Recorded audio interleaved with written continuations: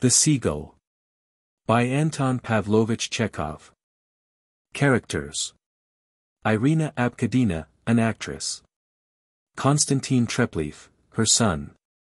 Peter Sorin, her brother. Nina Zaryechnia, a young girl, the daughter of a rich landowner. Ilya Shamraev, the manager of Sorin's estate. Paulina, his wife. Masha, their daughter. Boris Trigorin, an author. Eugene Dorn, a doctor. Simon Medvedenko, a schoolmaster. Jacob, a workman. A cook. A maidservant. The scene is laid on Sorin's estate. 2 years elapse between the third and fourth acts. How do you find this book? Any thoughts about the book or the author? Any suggestion for improvement? Please take a moment to share your thoughts in a comment. If you like it, share it with your friends who might enjoy it as well. Subscribe to keep in touch. Visit CompleteAudiobooks.com for more quality content. Act I. The scene is laid in the park on Sorin's estate. A broad avenue of trees leads away from the audience toward a lake which lies lost in the depths of the park. The avenue is obstructed by a rough stage, temporarily erected for the performance of amateur theatricals, and which screens the lake from view. There is a dense growth of bushes to the left and right of the stage. A few chairs and a little table are placed in front of the stage. The sun has just set. Jacob and some other workmen are heard hammering and coughing on the stage behind the lowered curtain. Masha and Medvedenko come in from the left, returning from a walk. Medvedenko. Why do you always wear mourning? Masha. I dress in black to match my life. I am unhappy. Medvedenko. Why should you be unhappy? Thinking it over, I don't understand it. You are healthy, and though your father is not rich, he has a good competency. My life is far harder than yours. I only have 23 rubles a month to live on, but I don't wear mourning. They sit down. Masha. Happiness does not depend on riches, poor men are often happy. Medvedenko. In theory, yes, but not in reality. Take my case, for instance. My mother, my 2 sisters, my little brother and I must all live somehow on my salary of 23 rubles a month. We have to eat and drink, I take it. You wouldn't have us go without tea and sugar, would you? Or tobacco? Answer me that, if you can. Masha. Looking in the direction of the stage, the play will soon begin. Medvedenko. Yes, Nina Zaryechnia is going to act in Treplev's play. They love one another, and their 2 souls will unite tonight in the effort to interpret the same idea by different means. There is no ground on which your soul and mine can meet. I love you. Too restless and sad to stay at home, I tramp here every day, 6 miles and back, to be met only by your indifference. I am poor, my family is large, you can have no inducement to marry a man who cannot even find sufficient food for his own mouth. Masha. It is not that. She takes snuff, I am touched by your affection, but I cannot return it, that is all. She offers him the snuff box, will you take some? Medvedenko. No, thank you. A pause. Masha. The air is sultry. A storm is brewing for tonight. You do nothing but moralize or else talk about money. To you, poverty is the greatest misfortune that can befall a man, but I think it is 1,000 times easier to go begging in rags than to, you wouldn't understand that, though. Sorin leaning on a cane, and Treplev come in. Sorin. For some reason, my boy, country life doesn't suit me, and I am sure I shall never get used to it. Last night I went to bed at 10 and woke at 9 this morning, feeling as if, from oversleep, my brain had stuck to my skull. Laughing, and yet I accidentally dropped off to sleep again after dinner, and feel utterly done up at this moment. It is like a nightmare. Treplev. There is no doubt that you should live in town. He catches sight of Masha and Medvedenko. You shall be called when the play begins, my friends, but you must not stay here now. Go away, please. Sorin. Miss Masha, will you kindly ask your father to leave the dog unchained? It howled so last night that my sister was unable to sleep. Masha. You must speak to my father yourself. Please excuse me, I can't do so. To Medvedenko, come, let us go. Medvedenko. You will let us know when the play begins. Masha and Medvedenko go out. Sorin. I foresee that dog is going to howl all night again. It is always this way in the country.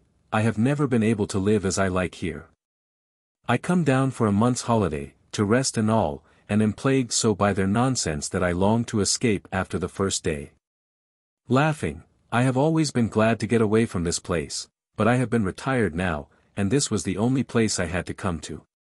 Willy-nilly, one must live somewhere. Jacob.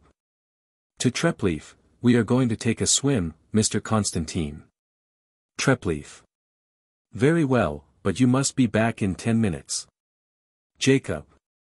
We will, sir. Treplev. Looking at the stage, just like a real theater. See, there we have the curtain, the foreground, the background, and all. No artificial scenery is needed. The eye travels direct to the lake, and rests on the horizon.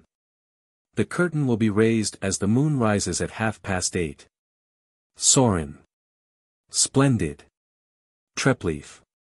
Of course the whole effect will be ruined if Nina is late.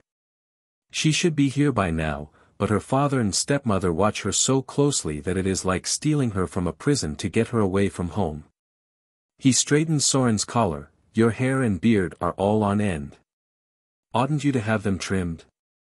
Sorin. Smoothing his beard, they are the tragedy of my existence. Even when I was young I always looked as if I were drunk, and all. Women have never liked me. Sitting down, why is my sister out of temper? Treplev. Why? Because she is jealous and bored. Sitting down beside Sorin, she is not acting this evening, but Nina is, and so she has set herself against me, and against the performance of the play, and against the play itself, which she hates without ever having read it. Sorin. Laughing, does she, really? Treplev. Yes, she is furious because Nina is going to have a success on this little stage. Looking at his watch, my mother is a psychological curiosity. Without doubt brilliant and talented, capable of sobbing over a novel, of reciting all Nekrasov's poetry by heart, and of nursing the sick like an angel of heaven, you should see what happens if anyone begins praising Duze to her. She alone must be praised and written about, raved over, her marvelous acting in La Dame aux Camélias extolled to the skies. As she cannot get all that rubbish in the country, she grows peevish and cross, and thinks we are all against her, and to blame for it all. She is superstitious, too. She dreads burning 3 candles, and fears the 13th day of the month. Then she is stingy. I know for a fact that she has 70,000 rubles in a bank at Odessa, but she is ready to burst into tears if you ask her to lend you a penny. Sorin. You have taken it into your head that your mother dislikes your play, and the thought of it has excited you, and all. Keep calm, your mother adores you. Treplev. Pulling a flower to pieces, she loves me not, loves me not. Loves me not. Laughing, you see, she doesn't love me, and why should she? She likes life and love and gay clothes, and I am already 25 years old, a sufficient reminder to her that she is no longer young. When I am away she is only 32, in my presence she is 43, and she hates me for it. She knows, too, that I despise the modern stage.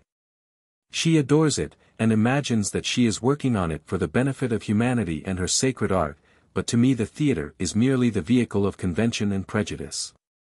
When the curtain rises on that little 3-walled room, when those mighty geniuses, those high priests of art, show us people in the act of eating, drinking, loving, walking, and wearing their coats. An attempt to extract a moral from their insipid talk. When playwrights give us under 1,000 different guises the same old stuff, then I must needs run from it, as Maupassant ran from the Eiffel Tower that was about to crush him by its vulgarity. Sorin. But we can't do without a theatre. Treplev. No, but we must have it under a new form. If we can't do that, let us rather not have it at all. Looking at his watch, I love my mother, I love her devotedly, but I think she leads a stupid life. She always has this man of letters of hers on her mind, and the newspapers are always frightening her to death, and I am tired of it. Plain, human egoism sometimes speaks in my heart, and I regret that my mother is a famous actress. If she were an ordinary woman, I think I should be a happier man. What could be more intolerable and foolish than my position, uncle, when I find myself the only nonentity among a crowd of her guests, all celebrated authors and artists? I feel that they only endure me because I am her son. Personally I am nothing, nobody. I pulled through my 3rd year at college by the skin of my teeth, as they say. I have neither money nor brains, and on my passport you may read that I am simply a citizen of Kiev. So was my father, but he was a well-known actor. When the celebrities that frequent my mother's drawing room deign to notice me at all, I know they only look at me to measure my insignificance. I read their thoughts, and suffer from humiliation. Sorin. Tell me, by the way, what is Trigorin like? I can't understand him, he is always so silent. Treplev. Trigorin is clever, simple, well-mannered, and a little, I might say, melancholic in disposition. Though still under 40, he is surfeited with praise. As for his stories, they are, how shall I put it, pleasing, full of talent, but if you have read Tolstoy or Zola you somehow don't enjoy Trigorin. Sorin. Do you know, my boy, I like literary men. I once passionately desired 2 things, to marry, and to become an author. I have succeeded in neither. It must be pleasant to be even an insignificant author. Treplev. Listening, I hear footsteps. He embraces his uncle, I cannot live without her, even the sound of her footsteps is music to me. I am madly happy. He goes quickly to meet Nina, who comes in at that moment, my enchantress. My girl of dreams. Nina. Excitedly, it can't be that I am late. No, I am not late. Treplev. Kissing her hands, no, no, no. Nina. I have been in a fever all day, I was so afraid my father would prevent my coming, but he and my stepmother have just gone driving. The sky is clear, the moon is rising. How I hurried to get here. How I urged my horse to go faster and faster. Laughing, I am so glad to see you. She shakes hands with Sorin. Sorin. Oh ho. Your eyes look as if you had been crying. You mustn't do that. Nina. It is nothing, nothing. Do let us hurry. I must go in half an hour. No, no, for heaven's sake do not urge me to stay. My father doesn't know I am here. Treplev. As a matter of fact, it is time to begin now. I must call the audience. Sorin. Let me call them, and all, I am going this minute. He goes toward the right, begins to sing, The Two Grenadiers, then stops. I was singing that once when a fellow lawyer said to me, You have a powerful voice, sir. Then he thought a moment and added, But it is a disagreeable one. He goes out laughing. Nina. My father and his wife never will let me come here. They call this place Bohemia and are afraid I shall become an actress. But this lake attracts me as it does the gulls. My heart is full of you. She glances about her. Treplev. We are alone. Nina. Isn't that someone over there? Treplev. No. They kiss one another. Nina. What is that tree? Treplev. An elm. Nina. Why does it look so dark? Treplev. It is evening, everything looks dark now. Don't go away early, I implore you. Nina. I must. Treplev. What if I were to follow you, Nina? I shall stand in your garden all night with my eyes on your window. Nina. That would be impossible, the watchman would see you, and Treasure is not used to you yet, and would bark. Treplev. I love you. Nina. Hush. Treplev. Listening to approaching footsteps, who is that? Is it you, Jacob? Jacob. On the stage, yes, sir. Treplev. To your places then. The moon is rising, the play must commence. Nina. Yes, sir. Treplev. Is the alcohol ready? Is the sulfur ready? There must be fumes of sulfur in the air when the red eyes shine out. To Nina, go, now, everything is ready. Are you nervous? Nina. Yes, very. I am not so much afraid of your mother as I am of Trigorin. I am terrified and ashamed to act before him, he is so famous. Is he young? Treplev. Yes. Nina. What beautiful stories he writes. Treplev. Coldly, I have never read any of them, so I can't say. Nina. Your play is very hard to act. There are no living characters in it. Treplev. Living characters. Life must be represented not as it is, but as it ought to be, as it appears in dreams. Nina. There is so little action, it seems more like a recitation. I think love should always come into every play. Nina and Treplev go up onto the little stage, Paulina and Dorn come in. Paulina. It is getting damp. Go back and put on your galoshes. Dorn. I am quite warm. Paulina. You never will take care of yourself, you are quite obstinate about it, and yet you are a doctor, and know quite well that damp air is bad for you. You like to see me suffer, that's what it is. You sat out on the terrace all yesterday evening on purpose. Dorn. Sings. Oh, tell me not that youth is wasted. Paulina. You were so enchanted by the conversation of Madame Arkadina that you did not even notice the cold. Confess that you admire her. Dorn. I am 55 years old. Paulina. A trifle. That is not old for a man. You have kept your looks magnificently, and women still like you. Dorn. What are you trying to tell me? Paulina. You men are all ready to go down on your knees to an actress, all of you. Dorn. Sings. Once more I stand before thee. It is only right that artists should be made much of by society and treated differently from, let us say, merchants. It is a kind of idealism. Paulina. When women have loved you and thrown themselves at your head, has that been idealism? Dorn. Shrugging his shoulders, I can't say. There has been a great deal that was admirable in my relations with women. In me they liked, above all, the superior doctor. 10 years ago, you remember, I was the only decent doctor they had in this part of the country, and then, I have always acted like a man of honor. Paulina. Seizes his hand, dearest. Dorn.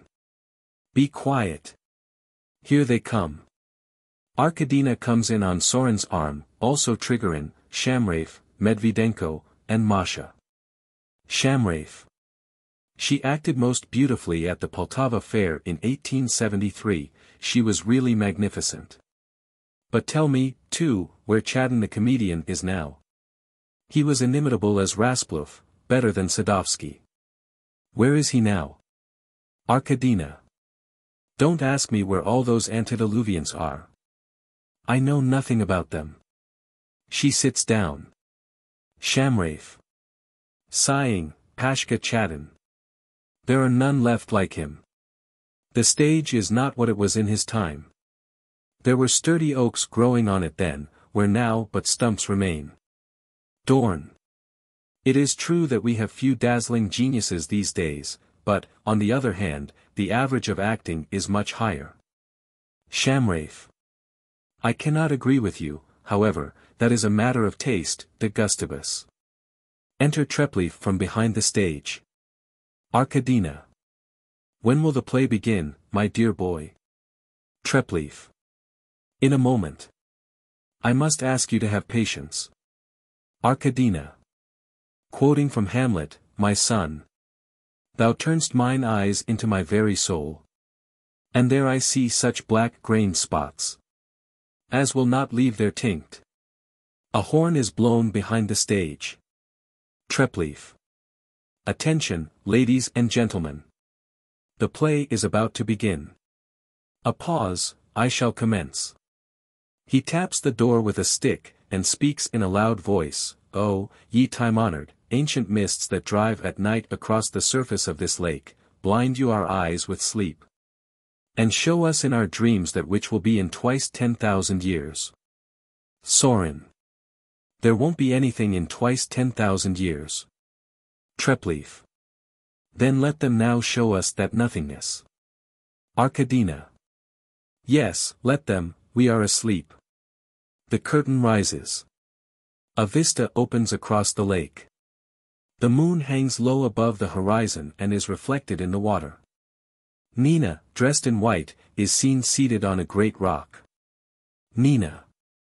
All men and beasts, lions, eagles, and quails, horned stags, geese, spiders, silent fish that inhabit the waves, starfish from the sea, and creatures invisible to the eye, in one word, life, all life, completing the dreary round imposed upon it, has died out at last.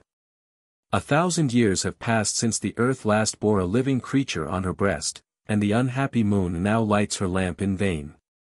No longer are the cries of storks heard in the meadows, or the drone of beetles in the groves of limes. All is cold, cold. All is void, void, void. All is terrible, terrible. A pause, the bodies of all living creatures have dropped to dust, and eternal matter has transformed them into stones and water and clouds. But their spirits have flowed together into one, and that great world soul am I. In me is the spirit of the great Alexander, the spirit of Napoleon, of Caesar, of Shakespeare, and of the tiniest leech that swims. In me the consciousness of man has joined hands with the instinct of the animal, I understand all, and each life lives again in me. The will-o'-the-wisps flicker out along the lake shore. Arkadina. Whispers, what decadent rubbish is this? Treplev. Imploringly, mother. Nina. I am alone. Once in 100 years my lips are opened, my voice echoes mournfully across the desert earth, and no one hears. And you, poor lights of the marsh, you do not hear me. You are engendered at sunset in the putrid mud, and flit wavering about the lake till dawn, unconscious, unreasoning, unwarmed by the breath of life. Satan, father of eternal matter, trembling lest the spark of life should glow in you, has ordered an unceasing movement of the atoms that compose you, and so you shift and change forever. I, the spirit of the universe, I alone am immutable and eternal. A pause, like a captive in a dungeon deep and void, I know not where I am, nor what awaits me. One thing only is not hidden from me, in my fierce and obstinate battle with Satan, the source of the forces of matter, I am destined to be victorious in the end. Matter and spirit will then be one at last in glorious harmony, and the reign of freedom will begin on earth. But this can only come to pass by slow degrees, when after countless eons the moon and earth and shining Sirius himself shall fall to dust. Until that hour, oh, horror! Horror! Horror! A pause. Two glowing red points are seen shining across the lake. Satan, my mighty foe, advances. I see his dread and lurid eyes. Arkadina.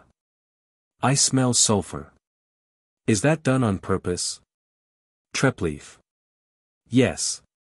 Arkadina. Oh, I see, that is part of the effect. Treplev. Mother. Nina. He longs for man. Paulina. To Dorn, you have taken off your hat again. Put it on, you will catch cold. Arkadina. The doctor has taken off his hat to Satan, father of eternal matter. Treplev. Loudly and angrily, enough of this. There's an end to the performance. Down with the curtain. Arkadina. Why, what are you so angry about? Treplev. Stamping his foot, the curtain, down with it. The curtain falls. Excuse me, I forgot that only a chosen few might write plays or act them. I have infringed the monopoly. I. He would like to say more, but waves his hand instead, and goes out to the left. Arkadina. What is the matter with him? Sorin. You should not handle youthful egoism so roughly, sister. Arkadina. What did I say to him? Sorin. You hurt his feelings. Arkadina.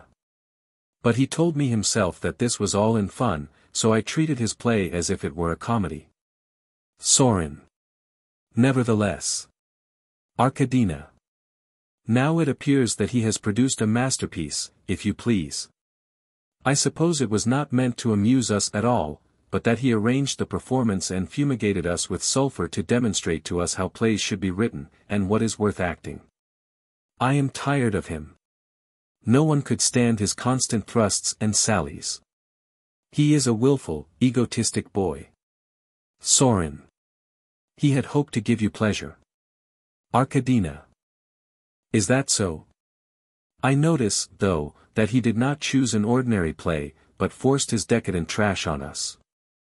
I am willing to listen to any raving, so long as it is not meant seriously, but in showing us this, he pretended to be introducing us to a new form of art and inaugurating a new era.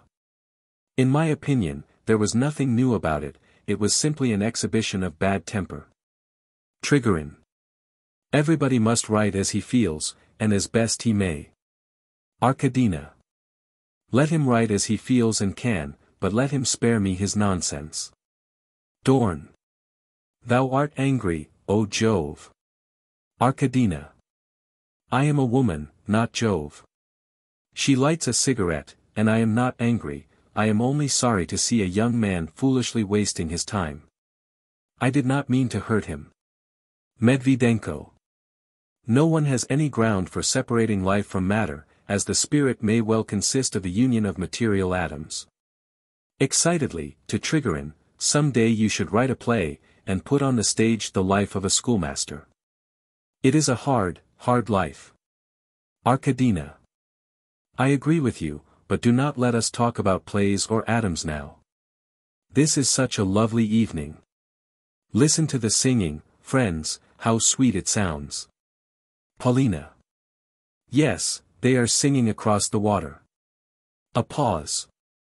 Arkadina. To Trigorin, sit down beside me here. 10 or 15 years ago we had music and singing on this lake almost all night. There are 6 houses on its shores. All was noise and laughter and romance then, such romance. The young star and idol of them all in those days was this man here, nods toward Dorn, Dr. Eugene Dorn. He is fascinating now, but he was irresistible then. But my conscience is beginning to prick me. Why did I hurt my poor boy? I am uneasy about him. Loudly, Konstantin. Konstantin. Masha. Shall I go and find him? Arkadina. If you please, my dear. Masha. Goes off to the left, calling, Mr. Konstantin. Oh, Mr. Konstantin. Nina. Comes in from behind the stage, I see that the play will never be finished, so now I can go home. Good evening. She kisses Arkadina and Paulina. Sorin. Bravo.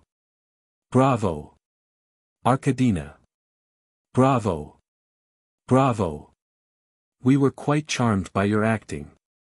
With your looks and such a lovely voice it is a crime for you to hide yourself in the country.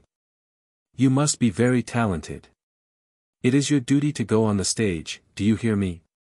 Nina. It is the dream of my life, which will never come true. Arkadina. Who knows? Perhaps it will. But let me present Monsieur Boris Trigorin. Nina. I am delighted to meet you. Embarrassed, I have read all your books. Arkadina. Drawing Nina down beside her, don't be afraid of him, dear. He is a simple, good-natured soul, even if he is a celebrity. See, he is embarrassed himself. Dorn. Couldn't the curtain be raised now? It is depressing to have it down. Shamrafe. Loudly, Jacob, my man. Raise the curtain. Nina. To Trigorin, it was a curious play, wasn't it? Trigorin. Very. I couldn't understand it at all, but I watched it with the greatest pleasure because you acted with such sincerity, and the setting was beautiful.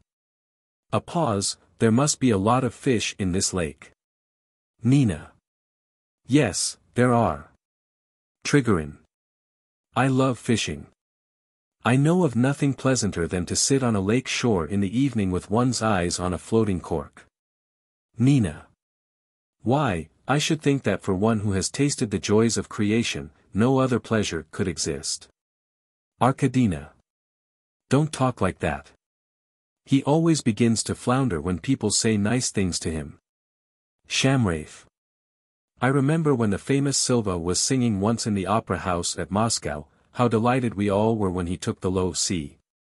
Well, you can imagine our astonishment when one of the church cantors, who happened to be sitting in the gallery, suddenly boomed out, "Bravo, Silva," a whole octave lower. Like this, in a deep bass voice, "Bravo, Silva." The audience was left breathless. A pause. Dorn.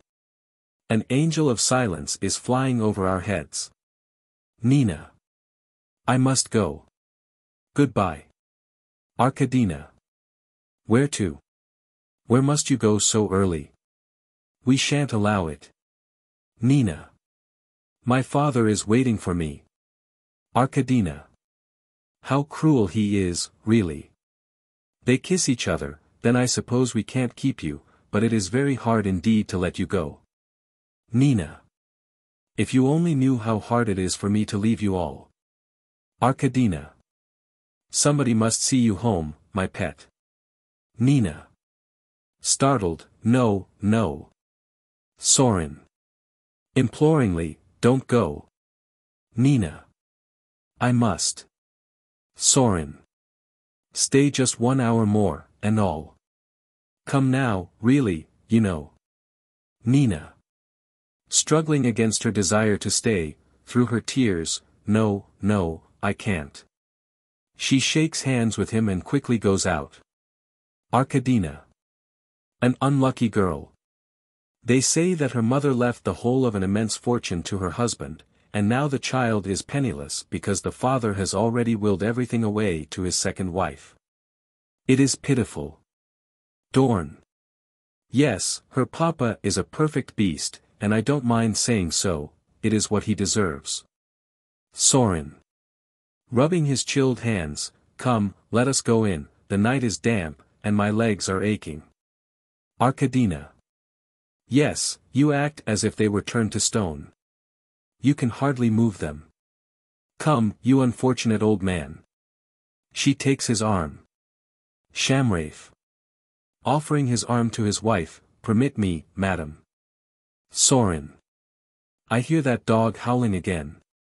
Won't you please have it unchained, Shamrafe? Shamrafe. No, I really can't, sir. The granary is full of millet, and I am afraid thieves might break in if the dog were not there. Walking beside Medvedenko, yes, a whole octave lower, bravo, Silva.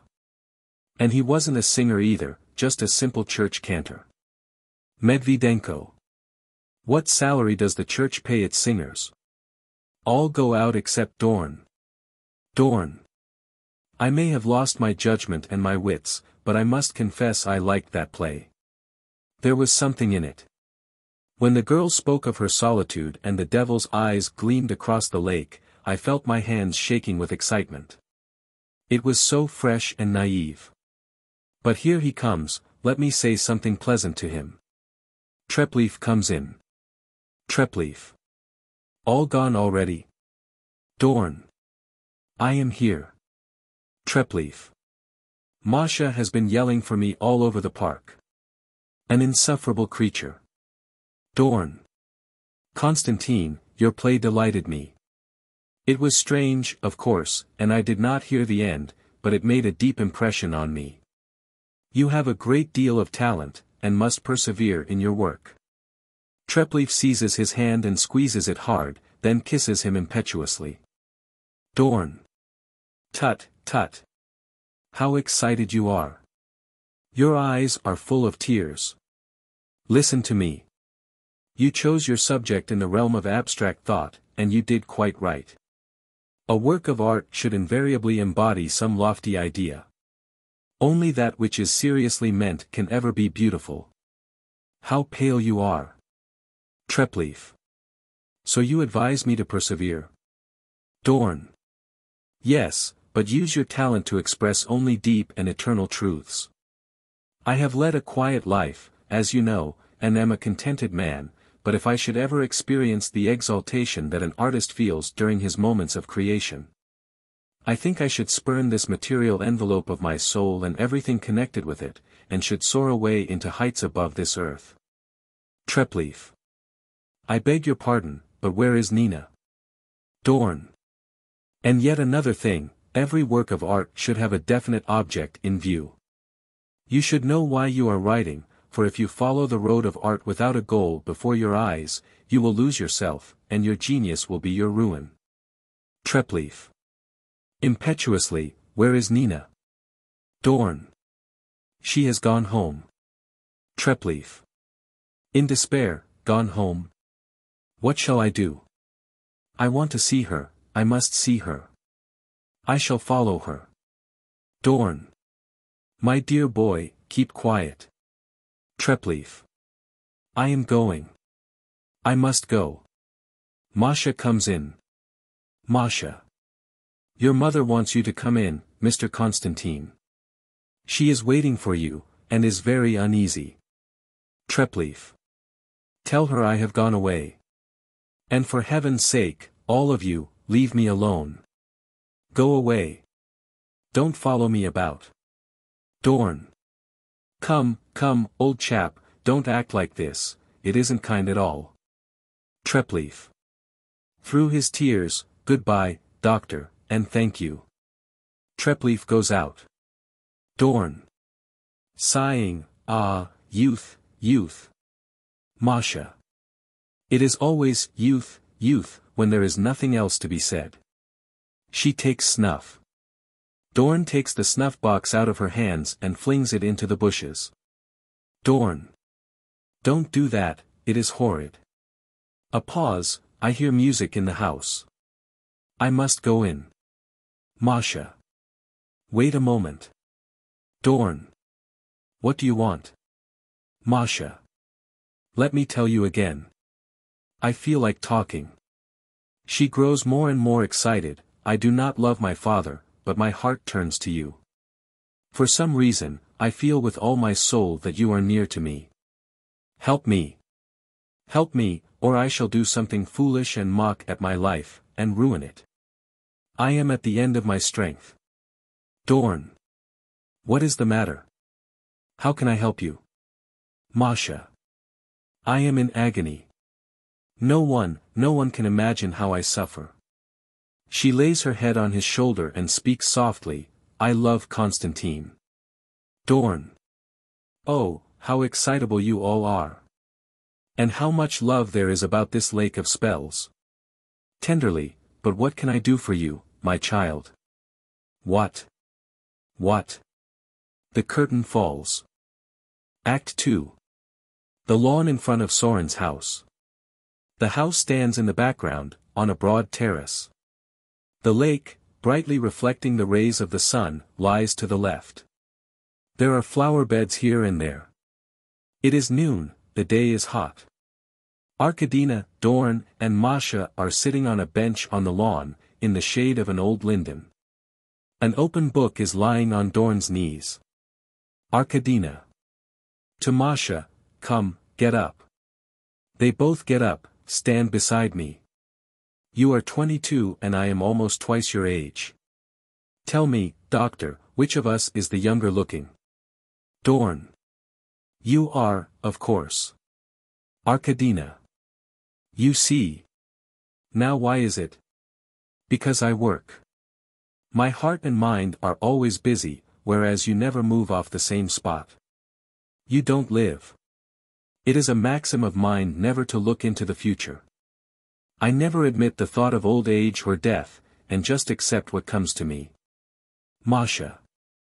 I feel as if I had been in the world 1,000 years, and I trail my life behind me like an endless scarf. Often I have no desire to live at all. Of course that is foolish. One ought to pull oneself together and shake off such nonsense. Dorn. Sing softly. Tell her, oh flowers. Arkadina. And then I keep myself as correct-looking as an Englishman. I am always well-groomed, as the saying is, and carefully dressed, with my hair neatly arranged.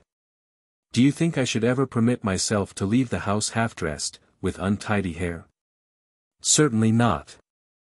I have kept my looks by never letting myself slump as some women do. She puts her arms akimbo, and walks up and down on the lawn, see me, tripping on tiptoe like a 15-year-old girl. Dorn. I see. Nevertheless, I shall continue my reading. He takes up his book, let me see, we had come to the grain dealer and the rats. Arkadina. And the rats. Go on. She sits down, no, give me the book, it is my turn to read. She takes the book and looks for the place, and the rats. Ah, here it is. She reads, it is as dangerous for society to attract and indulge authors as it is for grain dealers to raise rats in their granaries. Yet society loves authors. And so, when a woman has found one whom she wishes to make her own, she lays siege to him by indulging and flattering him. That may be so in France, but it certainly is not so in Russia. We do not carry out a program like that. With us, a woman is usually head over ears in love with an author before she attempts to lay siege to him. You have an example before your eyes, in me and Trigorin. Sorin comes in leaning on a cane, with Nina beside him. Medvedenko follows, pushing an armchair. Sorin. In a caressing voice, as if speaking to a child, so we are happy now, eh? We are enjoying ourselves today, are we? Father and stepmother have gone away to Tver, and we are free for 3 whole days. Nina.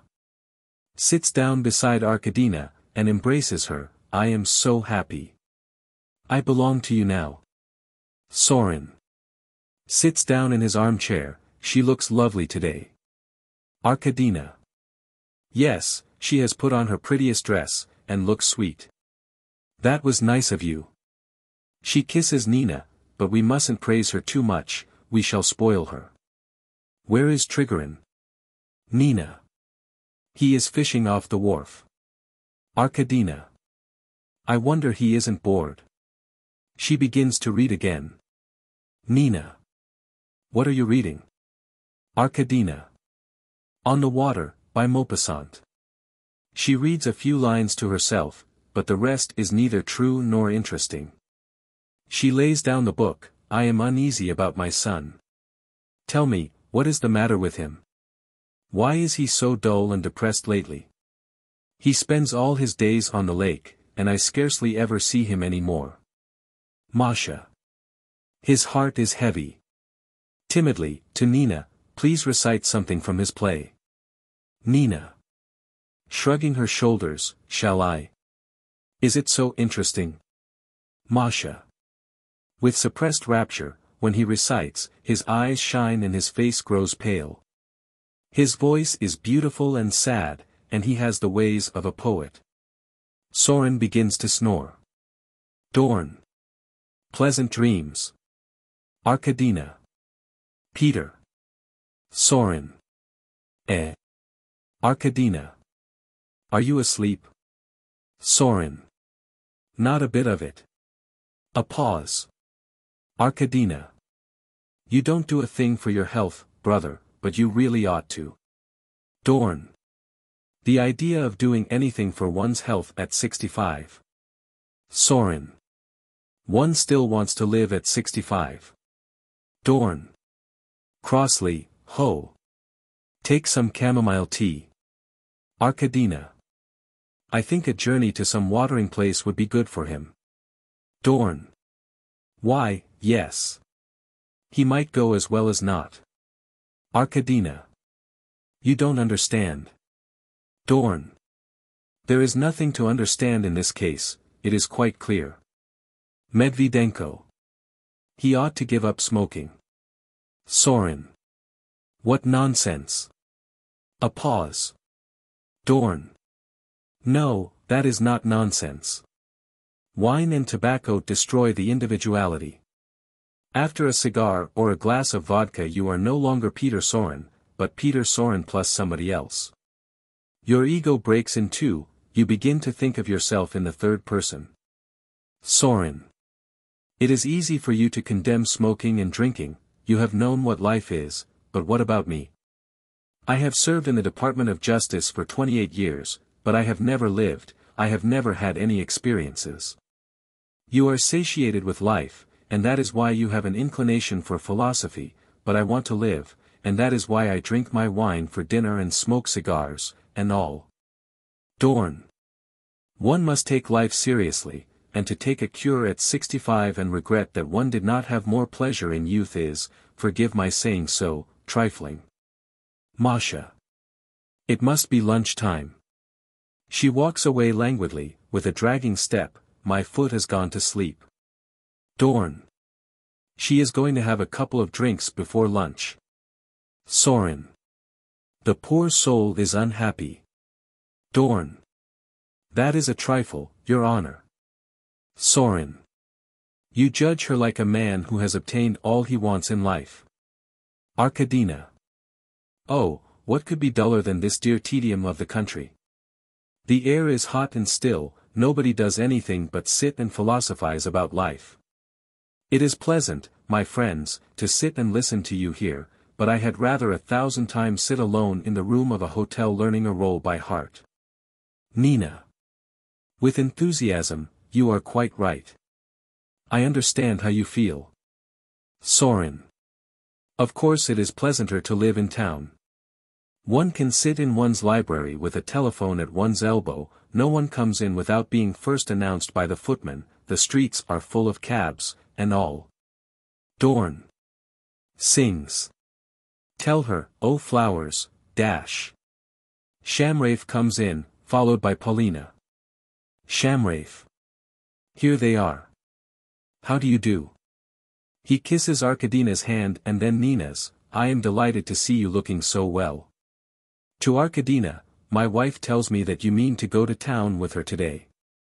Is that so? Arkadina. Yes, that is what I had planned to do. Shamrafe. That is splendid, but how do you intend to get there, madam? We are hauling rye today, and all the men are busy. What horses would you take? Arkadina. What horses? How do I know what horses we shall have? Soren. Why, we have the carriage horses. Shamrafe. The carriage horses. And where am I to find the harness for them? This is astonishing. My dear madam, I have the greatest respect for your talents, and would gladly sacrifice 10 years of my life for you, but I cannot let you have any horses today. Arkadina. But if I must go to town? What an extraordinary state of affairs. Shamrafe. You do not know, madam, what it is to run a farm. Arkadina. In a burst of anger, that is an old story. Under these circumstances I shall go back to Moscow this very day. Order a carriage for me from the village, or I shall go to the station on foot. Shamrafe. Losing his temper, under these circumstances I resign my position. You must find yourself another manager. He goes out. Arkadina. It is like this every summer, every summer I am insulted here. I shall never set foot here again. She goes out to the left, in the direction of the wharf. In a few minutes she is seen entering the house, followed by Trigorin, who carries a bucket and fishing rod. Sorin. Losing his temper, what the deuce did he mean by his impudence? I want all the horses brought here at once. Nina. To Polina, how could he refuse anything to Madame Arkadina, the famous actress? Is not every wish, every caprice even, of hers, more important than any farm work? This is incredible. Polina. In despair, what can I do about it? Put yourself in my place and tell me what I can do. Sorin. To Nina, let us go and find my sister, and all beg her not to go. He looks in the direction in which Shamraeff went out, that man is insufferable, a regular tyrant. Nina. Preventing him from getting up, sit still, and let us will you. She and Medvedenko push the chair before them, this is terrible. Sorin. Yes, it is terrible, but he won't leave. I shall have a talk with him in a moment. They go out. Only Dorn and Polina are left. Dorn. How tiresome people are. Your husband deserves to be thrown out of here neck and crop, but it will all end by this old granny Sorin and his sister asking the man's pardon. See if it doesn't. Polina. He has sent the carriage horses into the fields too. These misunderstandings occur every day. If you only knew how they excite me. I am ill, see. I am trembling all over. I cannot endure his rough ways. Imploringly, Eugene, my darling, my beloved, take me to you. Our time is short, we are no longer young, let us end deception and concealment, even though it is only at the end of our lives. A pause. Dorn. I am 55 years old. It is too late now for me to change my ways of living. Polina. I know that you refuse me because there are other women who are near to you, and you cannot take everybody. I understand. Excuse me, I see I am only bothering you. Nina is seen near the house picking a bunch of flowers. Dorn. No, it is all right. Polina. I am tortured by jealousy. Of course you are a doctor and cannot escape from women. I understand. Dorn. To Nina, who comes toward him, how are things in there? Nina. Madame Arkadina is crying, and Sorin is having an attack of asthma. Dorn. Let us go and give them both some chamomile tea. Nina. Hands him the bunch of flowers, here are some flowers for you. Dorn. Thank you. He goes into the house. Polina. Following him, what pretty flowers. As they reach the house she says in a low voice, give me those flowers. Give them to me. Dorn hands her the flowers, she tears them to pieces and flings them away. They both go into the house. Nina. Alone, how strange to see a famous actress weeping, and for such a trifle.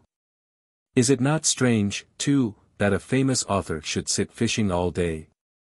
He is the idol of the public, the papers are full of him, his photograph is for sale everywhere, his works have been translated into many foreign languages, and yet he is overjoyed if he catches a couple of minnows. I always thought famous people were distant and proud, I thought they despised the common crowd which exalts riches and birth, and avenge themselves on it by dazzling it with the inextinguishable honor and glory of their fame. But here I see them weeping and playing cards and flying into passions like everybody else. Treplev comes in without a hat on, carrying a gun and a dead seagull. Treplev. Are you alone here? Nina. Yes. Treplev lays the seagull at her feet. Nina. What do you mean by this? Treplev. I was base enough today to kill this gull. I lay it at your feet. Nina. What is happening to you? She picks up the gull and stands looking at it. Treplev. After a pause, so shall I soon end my own life. Nina. You have changed so that I fail to recognize you. Treplev. Yes, I have changed since the time when I ceased to recognize you. You have failed me, your look is cold. You do not like to have me near you. Nina. You have grown so irritable lately, and you talk so darkly and symbolically that you must forgive me if I fail to follow you. I am too simple to understand you. Treplev. All this began when my play failed so dismally. A woman never can forgive failure. I have burnt the manuscript to the last page. Oh, if you could only fathom my unhappiness. Your estrangement is to me terrible, incredible. It is as if I had suddenly waked to find this lake dried up and sunk into the earth. You say you are too simple to understand me, but, oh, what is there to understand? You disliked my play, you have no faith in my powers, you already think of me as commonplace and worthless, as many are. Stamping his foot, how well I can understand your feelings. And that understanding is to me like a dagger in the brain. May it be accursed, together with my stupidity, which sucks my lifeblood like a snake. He sees Trigorin, who approaches reading a book, there comes real genius, striding along like another Hamlet, and with a book, too. Mockingly, words, words, words. You feel the warmth of that sun already, you smile, your eyes melt and glow liquid in its rays. I shall not disturb you. He goes out. Trigorin. Making notes in his book, takes snuff and drinks vodka. Always wears black dresses, is loved by a schoolteacher. Nina. How do you do? Trigorin. How are you, Miss Nina? Owing to an unforeseen development of circumstances, it seems that we are leaving here today. You and I shall probably never see each other again, and I am sorry for it. I seldom meet a young and pretty girl now, I can hardly remember how it feels to be 19, and the young girls in my books are seldom living characters. I should like to change places with you, if but for an hour, to look out at the world through your eyes, and so find out what sort of a little person you are. Nina. And I should like to change places with you. Trigorin. Why? Nina. To find out how a famous genius feels. What is it like to be famous? What sensations does it give you? Trigorin. What sensations? I don't believe it gives any. Thoughtfully, either you exaggerate my fame, or else, if it exists, all I can say is that one simply doesn't feel fame in any way. Nina. But when you read about yourself in the papers? Trigorin. If the critics praise me, I am happy. If they condemn me, I am out of sorts for the next 2 days. Nina.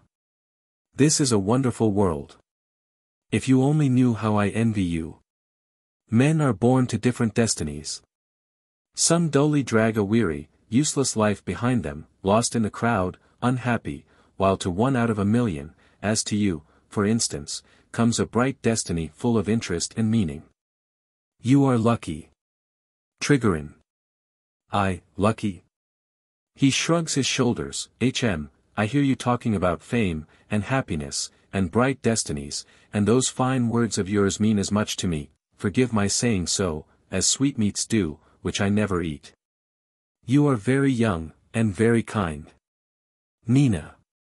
Your life is beautiful. Trigorin.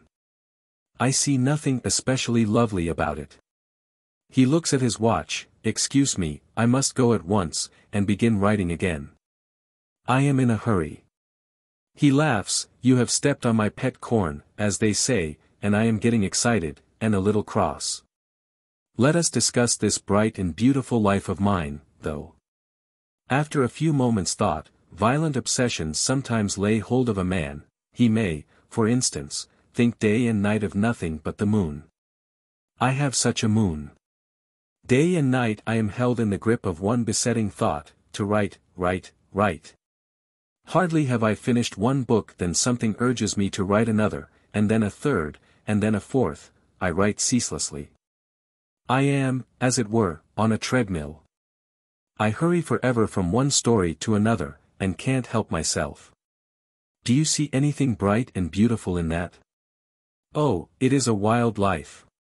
Even now, thrilled as I am by talking to you, I do not forget for an instant that an unfinished story is awaiting me. My eye falls on that cloud there, which has the shape of a grand piano. I instantly make a mental note that I must remember to mention in my story a cloud floating by that looked like a grand piano. I smell heliotrope, I mutter to myself, a sickly smell, the color worn by widows. I must remember that in writing my next description of a summer evening. I catch an idea in every sentence of yours or of my own, and hasten to lock all these treasures in my literary storeroom, thinking that some day they may be useful to me. As soon as I stop working I rush off to the theater or go fishing, in the hope that I may find oblivion there, but no. Some new subject for a story is sure to come rolling through my brain like an iron cannonball. I hear my desk calling, and have to go back to it and begin to write, once more. And so it goes for everlasting. I cannot escape myself, though I feel that I am consuming my life.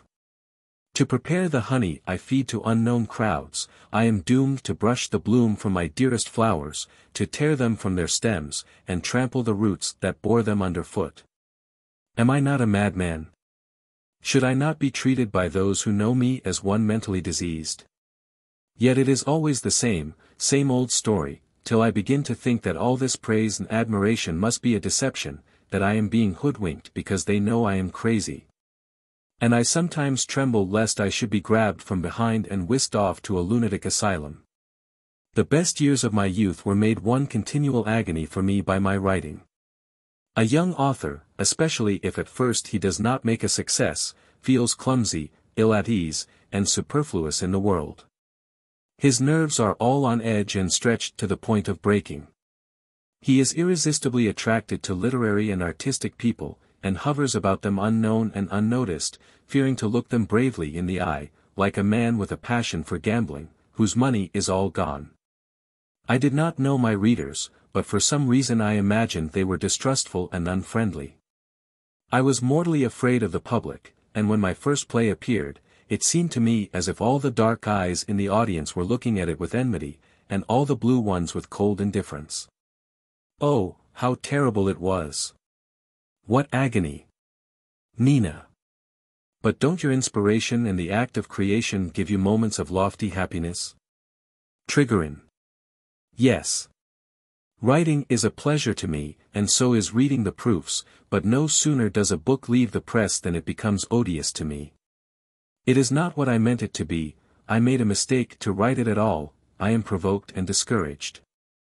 Then the public reads it and says, yes, it is clever and pretty, but not nearly as good as Tolstoy, or, it is a lovely thing, but not as good as Turgenev's Fathers and Sons, and so it will always be. To my dying day I shall hear people say, clever and pretty, and nothing more, and when I am gone, those that knew me will say as they pass my grave, here lies Trigorin, a clever writer, but he was not as good as Turgenev. Nina. You must excuse me, but I decline to understand what you are talking about. The fact is, you have been spoilt by your success. Trigorin. What success have I had? I have never pleased myself, as a writer, I do not like myself at all. The trouble is that I am made giddy, as it were, by the fumes of my brain, and often hardly know what I am writing. I love this lake, these trees, the blue heaven. Nature's voice speaks to me and wakes a feeling of passion in my heart, and I am overcome by an uncontrollable desire to write. But I am not only a painter of landscapes, I am a man of the city besides. I love my country, too, and her people. I feel that, as a writer, it is my duty to speak of their sorrows, of their future, also of science, of the rights of man, and so forth. So I write on every subject, and the public hounds me on all sides, sometimes in anger, and I race and dodge like a fox with a pack of hounds on his trail. I see life and knowledge flitting away before me. I am left behind them like a peasant who has missed his train at a station, and finally I come back to the conclusion that all I am fit for is to describe landscapes, and that whatever else I attempt rings abominably false. Nina. You work too hard to realize the importance of your writings. What if you are discontented with yourself? To others you appear a great and splendid man. If I were a writer like you, I should devote my whole life to the service of the Russian people, knowing at the same time that their welfare depended on their power to rise to the heights I had attained. And the people should send me before them in a chariot of triumph. Trigorin. In a chariot? Do you think I am Agamemnon? They both smile. Nina. For the bliss of being a writer or an actress I could endure want, and disillusionment, and the hatred of my friends, and the pangs of my own dissatisfaction with myself, but I should demand in return fame, real, resounding fame. She covers her face with her hands, phew. My head reels. The voice of Arkadina. From inside the house, Boris. Boris. Trigorin. She is calling me, probably to come and pack, but I don't want to leave this place. His eyes rest on the lake. What a blessing such beauty is. Nina. Do you see that house there, on the far shore? Trigorin. Yes. Nina. That was my dead mother's home. I was born there, and have lived all my life beside this lake. I know every little island in it. Trigorin. This is a beautiful place to live. He catches sight of the dead seagull. What is that? Nina. A gull. Konstantin shot it. Trigorin.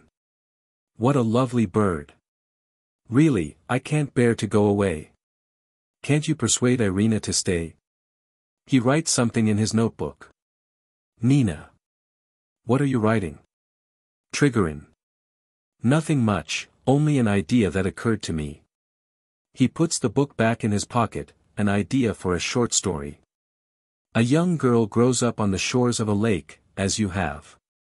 She loves the lake as the gulls do, and is as happy and free as they. But a man sees her who chances to come that way, and he destroys her out of idleness, as this gull here has been destroyed. A pause. Arkadina appears at one of the windows. Arkadina. Boris. Where are you? Trigorin. I am coming this minute. He goes toward the house, looking back at Nina. Arkadina remains at the window. Trigorin. What do you want? Arkadina. We are not going away, after all. Trigorin goes into the house. Nina comes forward and stands lost in thought. Nina. It is a dream. The curtain falls. Act 3. The dining room of Soren's house. Doors open out of it to the right and left. A table stands in the center of the room. Trunks and boxes encumber the floor, and preparations for departure are evident.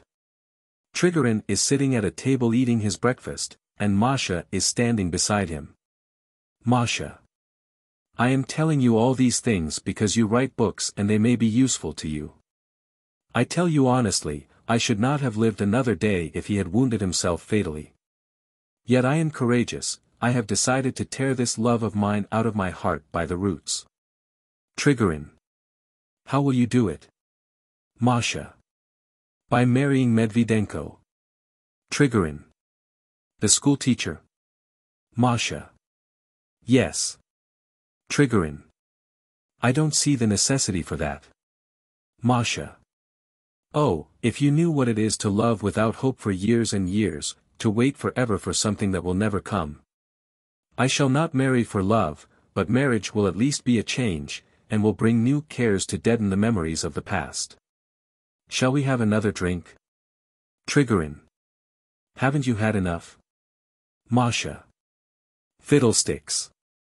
She fills a glass. Don't look at me with that expression on your face. Women drink oftener than you imagine, but most of them do it in secret, and not openly, as I do. They do indeed, and it is always either vodka or brandy. They touch glasses, to your good health. You are so easy to get on with that I am sorry to see you go. They drink. Trigorin. And I am sorry to leave. Masha. You should ask her to stay. Trigorin. She would not do that now. Her son has been behaving outrageously. First he attempted suicide, and now I hear he is going to challenge me to a duel, though what his provocation may be I can't imagine. He is always sulking and sneering and preaching about a new form of art, as if the field of art were not large enough to accommodate both old and new without the necessity of jostling. Masha. It is jealousy. However, that is none of my business. A pause. Jacob walks through the room carrying a trunk. Nina comes in and stands by the window. That schoolteacher of mine is none too clever, but he is very good, poor man, and he loves me dearly, and I am sorry for him. However, let me say goodbye and wish you a pleasant journey. Remember me kindly in your thoughts. She shakes hands with him. Thanks for your goodwill. Send me your books, and be sure to write something in them. Nothing formal, but simply this, to Masha, who, forgetful of her origin, for some unknown reason is living in this world. Goodbye. She goes out. Nina. Holding out her closed hand to Trigorin, is it odd or even? Trigorin. Even. Nina. With a sigh, no, it is odd. I had only one pea in my hand. I wanted to see whether I was to become an actress or not. If only someone would advise me what to do. Trigorin. One cannot give advice in a case like this. A pause. Nina. We shall soon part, perhaps never to meet again. I should like you to accept this little medallion as a remembrance of me. I have had your initials engraved on it, and on this side is the name of one of your books, Days and Nights. Trigorin. How sweet of you. He kisses the medallion. It is a lovely present. Nina. Think of me sometimes. Trigorin. I shall never forget you. I shall always remember you as I saw you that bright day. Do you recall it? A week ago, when you wore your light dress, and we talked together, and the white seagull lay on the bench beside us. Nina. Lost in thought, yes, the seagull. A pause. I beg you to let me see you alone for 2 minutes before you go. She goes out to the left. At the same moment Arkadina comes in from the right, followed by Sorin in a long coat, with his orders on his breast, and by Jacob, who is busy packing. Arkadina. Stay here at home, you poor old man. How could you pay visits with that rheumatism of yours? To Trigorin, who left the room just now, was it Nina? Trigorin. Yes. Arkadina. I beg your pardon, I am afraid we interrupted you. She sits down. I think everything is packed. I am absolutely exhausted. Trigorin. Reading the inscription on the medallion, Days and Nights, page 121, lines 11 and 12. Jacob. Clearing the table, shall I pack your fishing rods, too, sir? Trigorin. Yes, I shall need them, but you can give my books away. Jacob. Very well, sir. Trigorin. To himself, page 121, lines 11 and 12. To Arkadina, have we my books here in the house? Arkadina. Yes, they are in my brother's library, in the corner cupboard. Trigorin. Page 121, he goes out. Sorin. You are going away, and I shall be lonely without you. Arkadina. What would you do in town? Sorin. Oh, nothing in particular, but somehow, he laughs, they are soon to lay the cornerstone of the new courthouse here. How I should like to leap out of this minnow pond, if but for an hour or two. I am tired of lying here like an old cigarette stump. I have ordered the carriage for 1 o'clock. We can go away together. Arkadina. After a pause, no, you must stay here. Don't be lonely, and don't catch cold. Keep an eye on my boy. Take good care of him, guide him along the proper paths. A pause. I am going away, and so shall never find out why Konstantin shot himself, but I think the chief reason was jealousy, and the sooner I take Trigorin away, the better. Sorin. There were, How shall I explain it to you? Other reasons besides jealousy for his act. Here is a clever young chap living in the depths of the country, without money or position, with no future ahead of him, and with nothing to do. He is ashamed and afraid of being so idle. I am devoted to him and he is fond of me, but nevertheless he feels that he is useless here, that he is little more than a dependent in this house. It is the pride in him. Arkadina. He is a misery to me. Thoughtfully, he might possibly enter the army. Sorin. Gives a whistle, and then speaks with hesitation. It seems to me that the best thing for him would be if you were to let him have a little money. For one thing, he ought to be allowed to dress like a human being. See how he looks. Wearing the same little old coat that he has had for 3 years, and he doesn't even possess an overcoat. Laughing, and it wouldn't hurt the youngster to sow a few wild oats, let him go abroad, say, for a time. It wouldn't cost much. Arkadina. Yes, but, however, I think I might manage about his clothes, but I couldn't let him go abroad. And no, I don't think I can let him have his clothes even, now. Decidedly, I have no money at present. Sorin laughs. Arkadina. I haven't indeed. Sorin. Whistles, very well. Forgive me, darling, don't be angry. You are a noble, generous woman. Arkadina. Weeping, I really haven't the money. Sorin. If I had any money of course I should let him have some myself, but I haven't even a penny. The farm manager takes my pension from me and puts it all into the farm or into cattle or bees, and in that way it is always lost forever. The bees die, the cows die, they never let me have a horse. Arkadina. Of course I have some money, but I am an actress and my expenses for dress alone are enough to bankrupt me. Sorin. You are a dear, and I am very fond of you, indeed I am.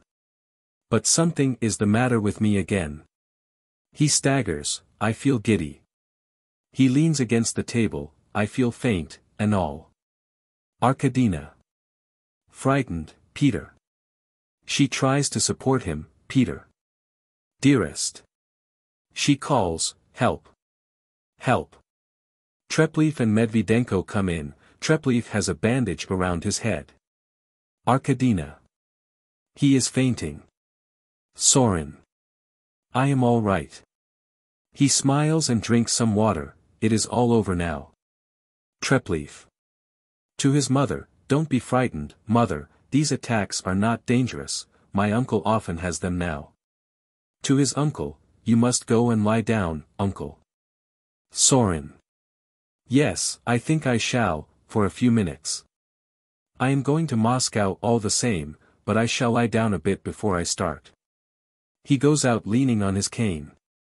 Medvedenko. Giving him his arm, do you know this riddle? On 4 legs in the morning, on 2 legs at noon, and on 3 legs in the evening? Sorin. Laughing, yes, exactly, and on one's back at night. Thank you, I can walk alone. Medvedenko. Dear me, what formality. He and Sorin go out. Arkadina.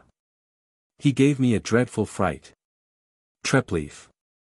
It is not good for him to live in the country. Mother, if you would only untie your purse strings for once, and lend him 1,000 rubles. He could then spend a whole year in town. Arkadina. I have no money. I am an actress and not a banker. A pause. Treplev. Please change my bandage for me, mother, you do it so gently. Arkadina goes to the cupboard and takes out a box of bandages and a bottle of iodoform. Arkadina. The doctor is late. Treplev. Yes, he promised to be here at 9, and now it is noon already. Arkadina. Sit down. She takes the bandage off his head, you look as if you had a turban on. A stranger that was in the kitchen yesterday asked to what nationality you belonged. Your wound is almost healed. She kisses his head, you won't be up to any more of these silly tricks again, will you, when I am gone? Treplev. No, mother. I did that in a moment of insane despair, when I had lost all control over myself. It will never happen again. He kisses her hand. Your touch is golden. I remember when you were still acting at the State Theatre, long ago, when I was still a little chap, there was a fight one day in our court and a poor washerwoman was almost beaten to death. She was picked up unconscious, and you nursed her till she was well, and bathed her children in the washtubs. Have you forgotten it? Arkadina. Yes, entirely. She puts on a new bandage. Treplev. 2 ballet dancers lived in the same house, and they used to come and drink coffee with you. Arkadina. I remember that. Treplev. They were very pious. A pause. I love you again, these last few days, as tenderly and trustingly as I did as a child. I have no one left me now but you. Why do you let yourself be controlled by that man? Arkadina. You don't understand him, Konstantin. He has a wonderfully noble personality. Treplev. Nevertheless, when he has been told that I wish to challenge him to a duel, his nobility does not prevent him from playing the coward. He is about to beat an ignominious retreat. Arkadina. What nonsense. I have asked him myself to go. Treplev. A noble personality indeed. Here we are almost quarreling over him, and he is probably in the garden laughing at us at this very moment, or else enlightening Nina's mind and trying to persuade her into thinking him a man of genius. Arkadina. You enjoy saying unpleasant things to me. I have the greatest respect for that man, and I must ask you not to speak ill of him in my presence. Treplev. I have no respect for him at all. You want me to think him a genius, as you do, but I refuse to lie, his books make me sick. Arkadina. You envy him. There is nothing left for people with no talent and mighty pretensions to do but to criticize those who are really gifted. I hope you enjoy the consolation it brings. Treplev. With irony, those who are really gifted, indeed. Angrily, I am cleverer than any of you, if it comes to that. He tears the bandage off his head. You are the slaves of convention, you have seized the upper hand and now lay down as law everything that you do, all else you strangle and trample on. I refuse to accept your point of view, yours and his, I refuse. Arkadina. That is the talk of a decadent. Treplev. Go back to your beloved stage and act the miserable ditchwater plays you so much admire. Arkadina. I never acted in a play like that in my life. You couldn't write even the trashiest music hall farce, you idle good-for-nothing. Treplev. Miser. Arkadina. Ragbag. Treplev sits down and begins to cry softly. Arkadina. Walking up and down in great excitement, don't cry. You mustn't cry. She bursts into tears, you really mustn't. She kisses his forehead, his cheeks, his head, my darling child, forgive me. Forgive your wicked mother. Treplev. Embracing her, oh, if you could only know what it is to have lost everything under heaven. She does not love me. I see I shall never be able to write. Every hope has deserted me. Arkadina. Don't despair. This will all pass. He is going away today, and she will love you once more. She wipes away his tears, stop crying. We have made peace again. Treplev. Kissing her hand, yes, mother. Arkadina. Tenderly, make your peace with him, too. Don't fight with him. You surely won't fight. Treplev. I won't, but you must not insist on my seeing him again, mother, I couldn't stand it. Trigorin comes in, there he is, I am going. He quickly puts the medicines away in the cupboard, the doctor will attend to my head. Trigorin. Looking through the pages of a book, page 121, lines 11 and 12, here it is. He reads, if at any time you should have need of my life, come and take it. Treplev picks up the bandage off the floor and goes out. Arkadina. Looking at her watch, the carriage will soon be here. Trigorin. To himself, if at any time you should have need of my life, come and take it. Arkadina. I hope your things are all packed. Trigorin. Impatiently, yes, yes. In deep thought, why do I hear a note of sadness that wrings my heart in this cry of a pure soul? If at any time you should have need of my life, come and take it. To Arkadina, let us stay here one more day. Arkadina shakes her head. Trigorin. Do let us stay. Arkadina. I know, dearest, what keeps you here, but you must control yourself. Be sober, your emotions have intoxicated you a little. Trigorin. You must be sober, too. Be sensible. Look upon what has happened as a true friend would. Taking her hand, you are capable of self-sacrifice. Be a friend to me and release me. Arkadina. In deep excitement, are you so much in love? Trigorin. I am irresistibly impelled toward her. It may be that this is just what I need. Arkadina. What, the love of a country girl? Oh, how little you know yourself. Trigorin. People sometimes walk in their sleep, and so I feel as if I were asleep, and dreaming of her as I stand here talking to you. My imagination is shaken by the sweetest and most glorious visions. Release me. Arkadina.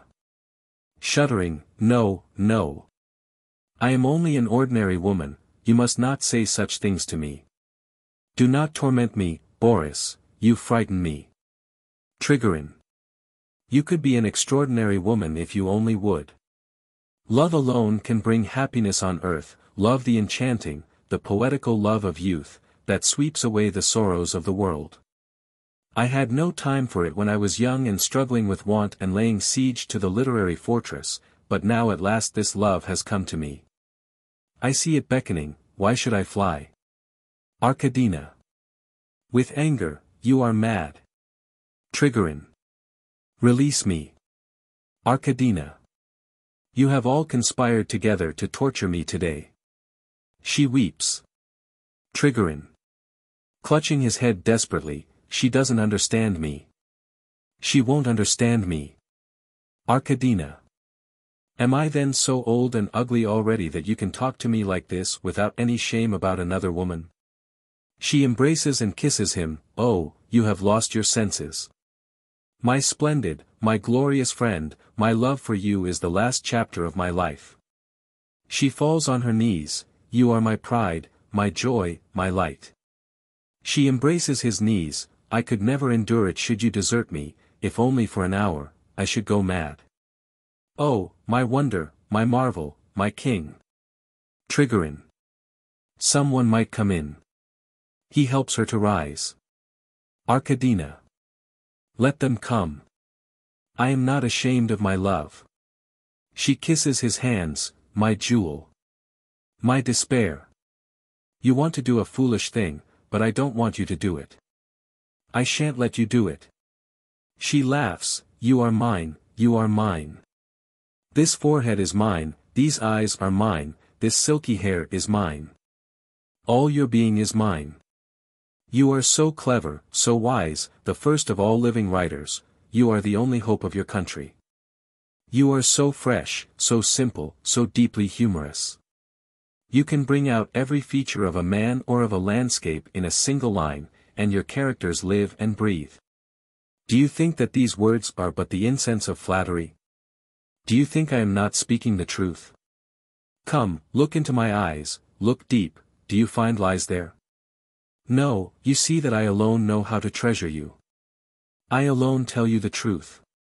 Oh, my very dear, you will go with me. You will. You will not forsake me. Trigorin. I have no will of my own, I never had. I am too indolent, too submissive, too phlegmatic, to have any. Is it possible that women like that? Take me. Take me away with you, but do not let me stir a step from your side. Arkadina. To herself, now he is mine. Carelessly, as if nothing unusual had happened, of course you must stay here if you really want to. I shall go, and you can follow in a week's time. Yes, really, why should you hurry away? Trigorin. Let us go together. Arkadina. As you like. Let us go together then. A pause. Trigorin writes something in his notebook. What are you writing? Trigorin. A happy expression I heard this morning, a grove of maiden pines. It may be useful. He yawns, so we are really off again, condemned once more to railway carriages, to stations and restaurants, to hamburger steaks and endless arguments. Shamraeff comes in. Shamraeff. I am sorry to have to inform you that your carriage is at the door. It is time to start, honored madam, the train leaves at 2:05. Would you be kind enough, madam, to remember to inquire for me where Suzdaltsev the actor is now? Is he still alive, I wonder? Is he well? He and I have had many a jolly time together. He was inimitable in The Stolen Mail. A tragedian called Ismailov was in the same company, I remember, who was also quite remarkable. Don't hurry, madam, you still have 5 minutes. They were both of them conspirators once, in the same melodrama, and one night when in the course of the play they were suddenly discovered, instead of saying, we have been trapped. Ismailov cried out, we have been wrapped. He laughs, wrapped. While he has been talking Jacob has been busy with the trunks, and the maid has brought Arkadina her hat, coat, parasol, and gloves. The cook looks hesitatingly through the door on the right, and finally comes into the room. Paulina comes in. Medvedenko comes in. Paulina. Presenting Arkadina with a little basket, here are some plums for the journey. They are very sweet ones. You may want to nibble something good on the way. Arkadina.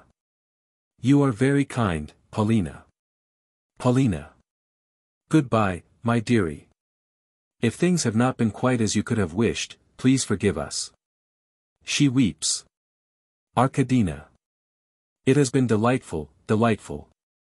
You mustn't cry. Sorin comes in through the door on the left, dressed in a long coat with a cape, and carrying his hat and cane. He crosses the room.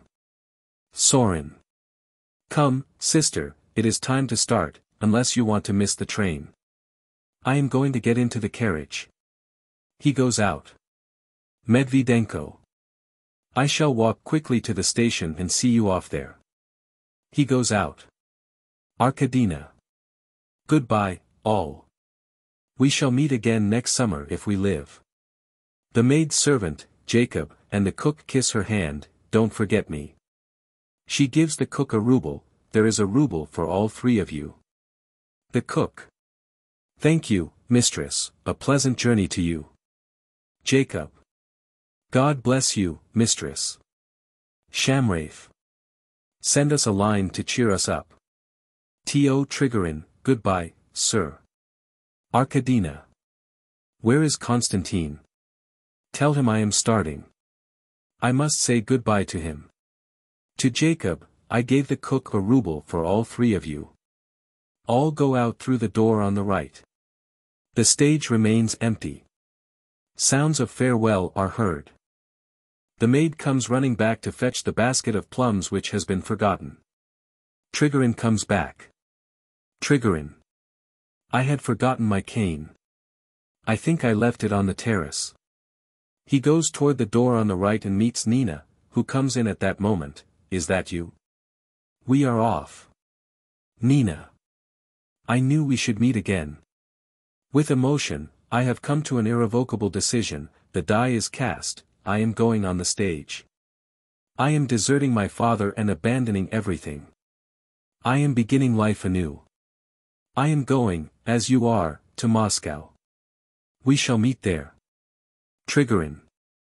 Glancing about him, go to the Hotel Slaviansky Bazaar. Let me know as soon as you get there. I shall be at the Grosholsky house in Molchanovka Street. I must go now. A pause. Nina. Just one more minute. Trigorin. In a low voice, you are so beautiful. What bliss to think that I shall see you again so soon. She sinks on his breast, I shall see those glorious eyes again, that wonderful, ineffably tender smile, those gentle features with their expression of angelic purity. My darling. A prolonged kiss. The curtain falls. 2 years elapse between the third and fourth acts. Act 4. A sitting room in Sorin's house, which has been converted into a writing room for Treplev. To the right and left are doors leading into inner rooms, and in the center is a glass door opening onto a terrace. Besides the usual furniture of a sitting room, there is a writing desk in the right-hand corner of the room. There is a Turkish divan near the door on the left, and shelves full of books stand against the walls. Books are lying scattered about on the windowsills and chairs. It is evening. The room is dimly lighted by a shaded lamp on a table.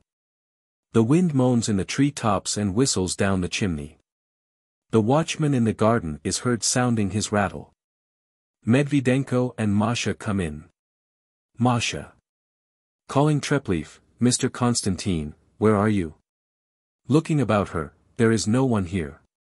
His old uncle is forever asking for Konstantin, and can't live without him for an instant. Medvedenko. He dreads being left alone. Listening to the wind, this is a wild night. We have had this storm for 2 days. Masha. Turning up the lamp, the waves on the lake are enormous. Medvedenko. It is very dark in the garden. Do you know, I think that old theater ought to be knocked down. It is still standing there, naked and hideous as a skeleton, with the curtain flapping in the wind. I thought I heard a voice weeping in it as I passed there last night. Masha. What an idea. A pause. Medvedenko. Come home with me, Masha. Masha. Shaking her head, I shall spend the night here. Medvedenko. Imploringly, do come, Masha. The baby must be hungry. Masha. Nonsense, Matriona will feed it. A pause. Medvedenko. It is a pity to leave him 3 nights without his mother. Masha. You are getting too tiresome. You used sometimes to talk of other things besides home and the baby, home and the baby. That is all I ever hear from you now. Medvedenko. Come home, Masha. Masha. You can go home if you want to. Medvedenko. Your father won't give me a horse. Masha. Yes, he will, ask him. Medvedenko. I think I shall. Are you coming home tomorrow? Masha. Yes, tomorrow. She takes snuff. Treplev and Polina come in. Treplev is carrying some pillows and a blanket, and Polina is carrying sheets and pillowcases. They lay them on the divan, and Treplev goes and sits down at his desk. Masha. Who is that for, mother? Polina. Mr. Sorin asked to sleep in Konstantin's room tonight. Masha. Let me make the bed. She makes the bed. Polina goes up to the desk and looks at the manuscripts lying on it. A pause. Medvedenko. Well, I am going. Goodbye, Masha. He kisses his wife's hand, goodbye, mother. He tries to kiss his mother-in-law's hand. Polina. Crossly, be off, in God's name. Treplev shakes hands with him in silence, and Medvedenko goes out. Polina. Looking at the manuscripts, no one ever dreamed, Konstantin, that you would one day turn into a real author. The magazines pay you well for your stories. She strokes his hair. You have grown handsome, too. Dear, kind Konstantin, be a little nicer to my Masha. Masha. Still making the bed, leave him alone, mother. Polina. She is a sweet child.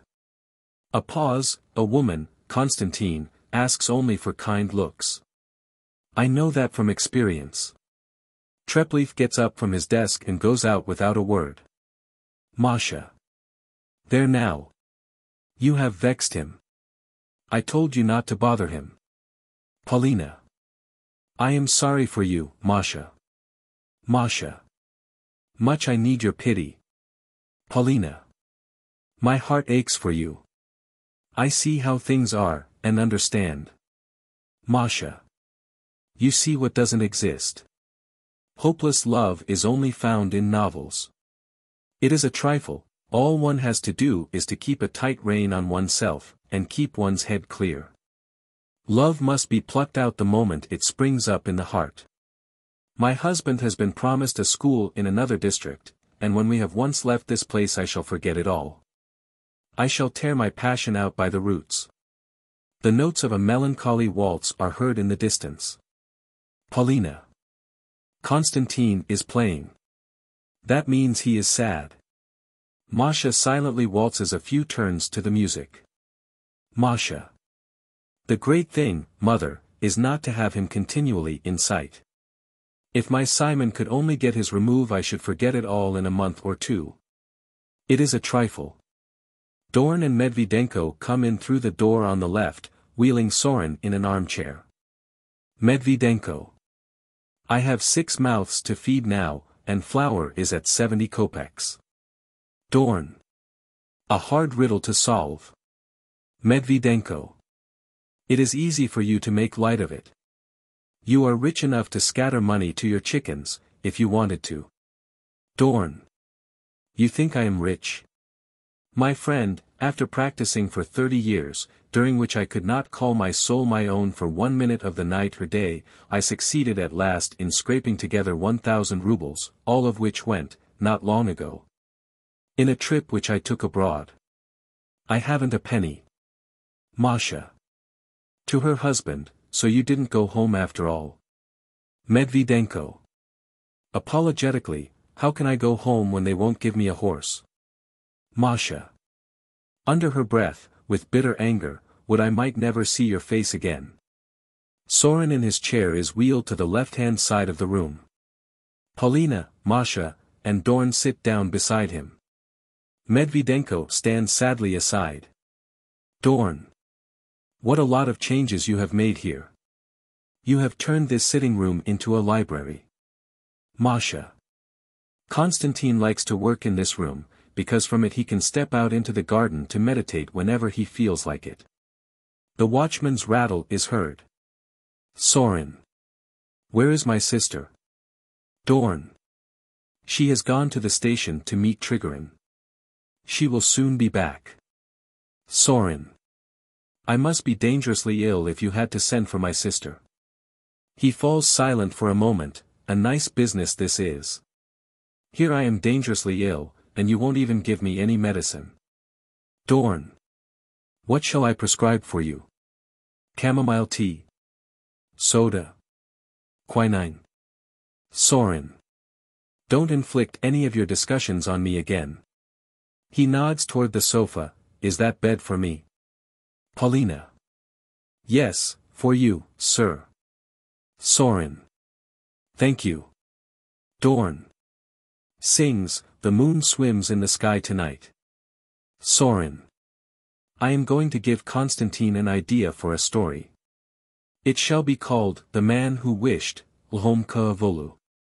When I was young, I wished to become an author, I failed. I wished to be an orator, I speak abominably, exciting himself, with my eternal, and all, dragging each sentence on and on until I sometimes break out into a sweat all over. I wished to marry, and I didn't. I wished to live in the city, and here I am ending my days in the country, and all. Dorn. You wished to become state councillor, and, you are one. Sorin. Laughing, I didn't try for that, it came of its own accord. Dorn. Come, you must admit that it is petty to cavil at life at 62 years of age. Sorin. You are pig-headed. Can't you see I want to live? Dorn. That is futile. Nature has commanded that every life shall come to an end. Sorin. You speak like a man who is satiated with life. Your thirst for it is quenched, and so you are calm and indifferent, but even you dread death. Dorn. The fear of death is an animal passion which must be overcome. Only those who believe in a future life and tremble for sins committed, can logically fear death, but you, for one thing, don't believe in a future life, and for another, you haven't committed any sins. You have served as a counselor for 25 years, that is all. Sorin. Laughing, 28 years. Treplev comes in and sits down on a stool at Sorin's feet. Masha fixes her eyes on his face and never once tears them away. Dorn. We are keeping Konstantin from his work. Treplev. No matter. A pause. Medvedenko. Of all the cities you visited when you were abroad, doctor, which one did you like the best? Dorn. Genoa. Treplev. Why Genoa? Dorn. Because there is such a splendid crowd in its streets. When you leave the hotel in the evening, and throw yourself into the heart of that throng, and move with it without aim or object, swept along, hither and thither, their life seems to be yours, their soul flows into you. And you begin to believe at last in a great world spirit, like the one in your play that Nina Zaryechnia acted. By the way, where is Nina now? Is she well? Treplev. I believe so. Dorn. I hear she has led rather a strange life. What happened? Treplev. It is a long story, doctor. Dorn. Tell it shortly. A pause. Treplev. She ran away from home and joined Trigorin, you know that? Dorn. Yes. Treplev. She had a child that died. Trigorin soon tired of her and returned to his former ties, as might have been expected. He had never broken them, indeed, but out of weakness of character had always vacillated between the two. As far as I can make out from what I have heard, Nina's domestic life has not been altogether a success. Dorn. What about her acting? Treplev. I believe she made an even worse failure of that. She made her debut on the stage of the Summer Theatre in Moscow, and afterward made a tour of the country towns. At that time I never let her out of my sight, and wherever she went I followed. She always attempted great and difficult parts, but her delivery was harsh and monotonous, and her gestures heavy and crude. She shrieked and died well at times, but those were but moments. Dorn. Then she really has a talent for acting? Treplev. I never could make out. I believe she has. I saw her, but she refused to see me, and her servant would never admit me to her rooms. I appreciated her feelings, and did not insist upon a meeting. A pause. What more can I tell you? She sometimes writes to me now that I have come home, such clever, sympathetic letters, full of warm feeling. She never complains, but I can tell that she is profoundly unhappy, not a line but speaks to me of an aching, breaking nerve. She has one strange fancy, she always signs herself, the Seagull. The miller in Rusalka called himself the Crow, and so she repeats in all her letters that she is a seagull. She is here now. Dorn. What do you mean by, here? Treplev. In the village, at the inn. She has been there for 5 days. I should have gone to see her, but Masha here went, and she refuses to see anyone. Someone told me she had been seen wandering in the fields a mile from here yesterday evening. Medvedenko. Yes, I saw her. She was walking away from here in the direction of the village. I asked her why she had not been to see us. She said she would come. Treplev. But she won't. A pause. Her father and stepmother have disowned her.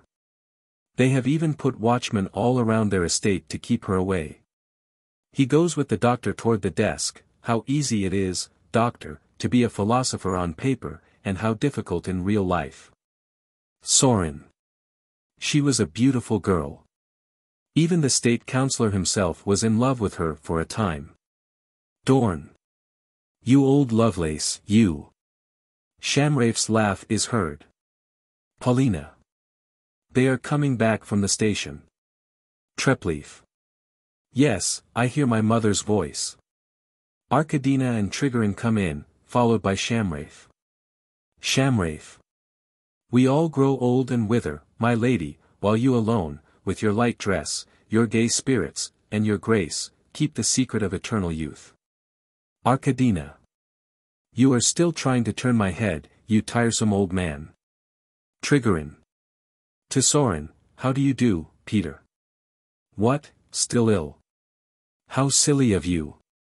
With evident pleasure, as he catches sight of Masha, how are you, Miss Masha? Masha. So you recognized me? She shakes hands with him. Trigorin. Did you marry him? Masha. Long ago. Trigorin. You are happy now.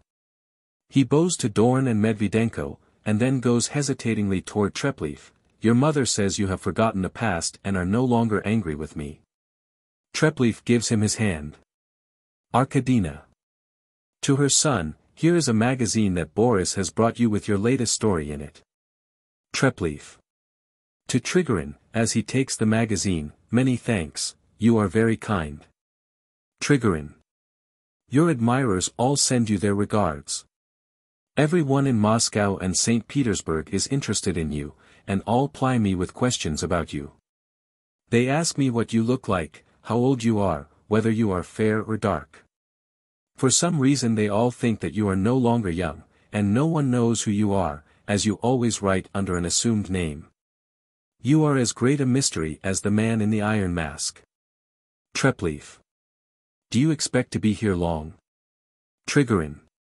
No, I must go back to Moscow tomorrow. I am finishing another novel, and have promised something to a magazine besides. In fact, it is the same old business.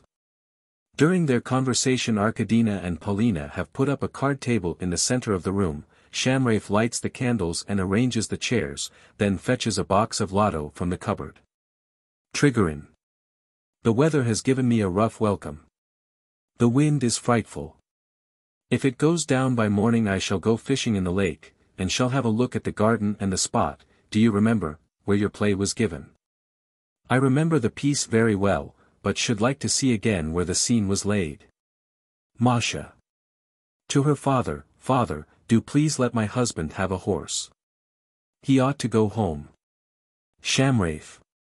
Angrily, a horse to go home with. Sternly, you know the horses have just been to the station. I can't send them out again. Masha. But there are other horses. Seeing that her father remains silent, you are impossible. Medvedenko. I shall go on foot, Masha. Paulina. With a sigh, on foot in this weather? She takes a seat at the card table. Shall we begin? Medvedenko. It is only 6 miles. Goodbye. He kisses his wife's hand. Goodbye, mother. His mother-in-law gives him her hand unwillingly. I should not have troubled you all, but the baby, he bows to every one, goodbye. He goes out with an apologetic air. Shamrafe. He will get there all right, he is not a major general. Paulina. Come, let us begin. Don't let us waste time, we shall soon be called to supper. Shamrafe, Masha, and Dorn sit down at the card table. Arkadina. To Trigorin, when the long autumn evenings descend on us we while away the time here by playing lotto. Look at this old set, we used it when our mother played with us as children.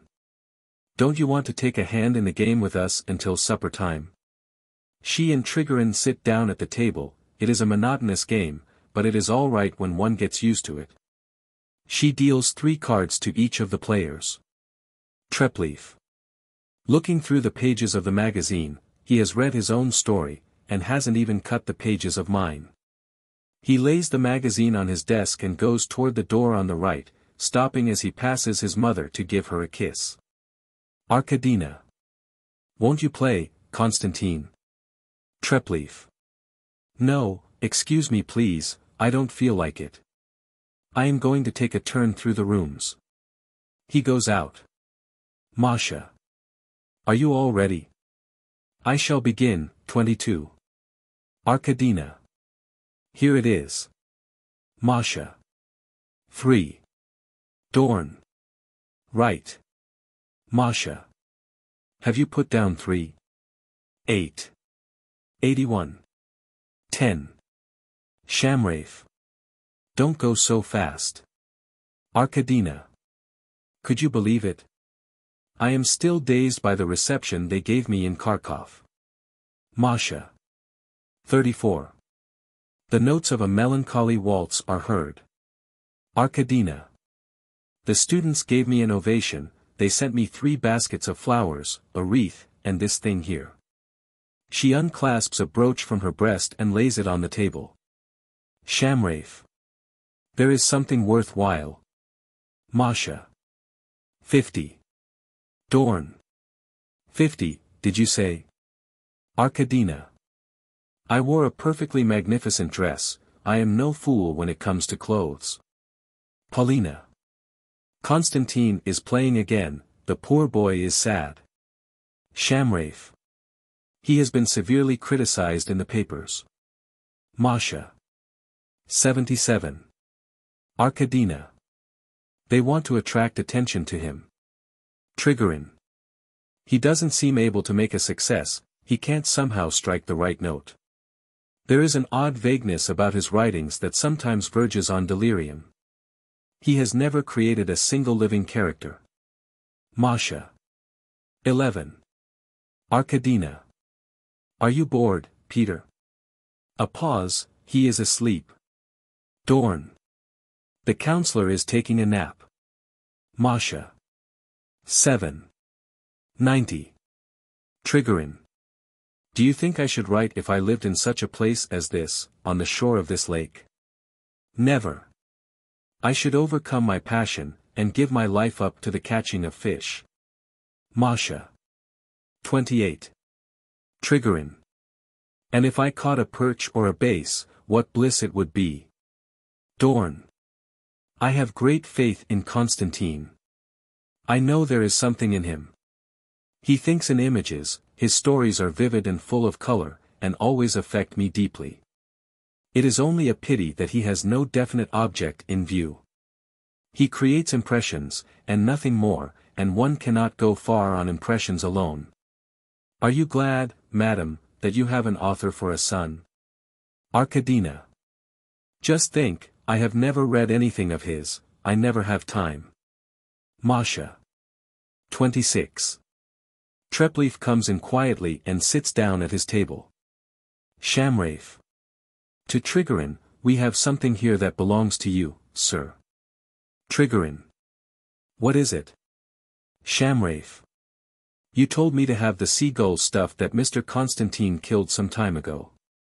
Trigorin. Did I? Thoughtfully, I don't remember. Masha. 61. 1. Treplev throws open the window and stands listening. Treplev. How dark the night is. I wonder what makes me so restless. Arkadina. Shut the window, Konstantin, there is a draft here. Treplev shuts the window. Masha. 98. Trigorin. See, my card is full. Arkadina.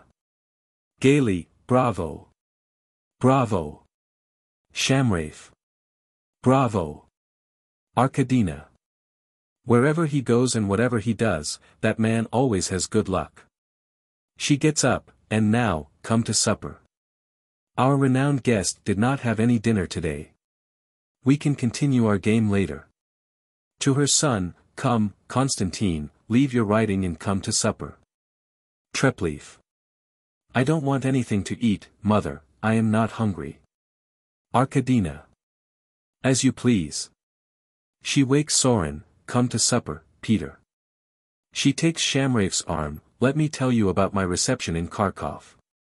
Paulina blows out the candles on the table, then she and Dorn roll Sorin's chair out of the room, and all go out through the door on the left, except Treplev, who is left alone. Treplev prepares to write. He runs his eye over what he has already written. Treplev. I have talked a great deal about new forms of art, but I feel myself gradually slipping into the beaten track. He reads, the placard cried it from the wall, a pale face in a frame of dusky hair, cried, frame, that is stupid. He scratches out what he has written, I shall begin again from the place where my hero is wakened by the noise of the rain, but what follows must go. This description of a moonlight night is long and stilted. Trigorin has worked out a process of his own, and descriptions are easy for him. He writes that the neck of a broken bottle lying on the bank glittered in the moonlight, and that the shadows lay black under the mill wheel.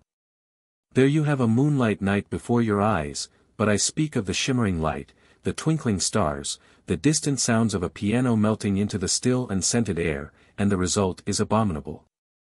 A pause, the conviction is gradually forcing itself upon me that good literature is not a question of forms new or old, but of ideas that must pour freely from the author's heart, without his bothering his head about any forms whatsoever.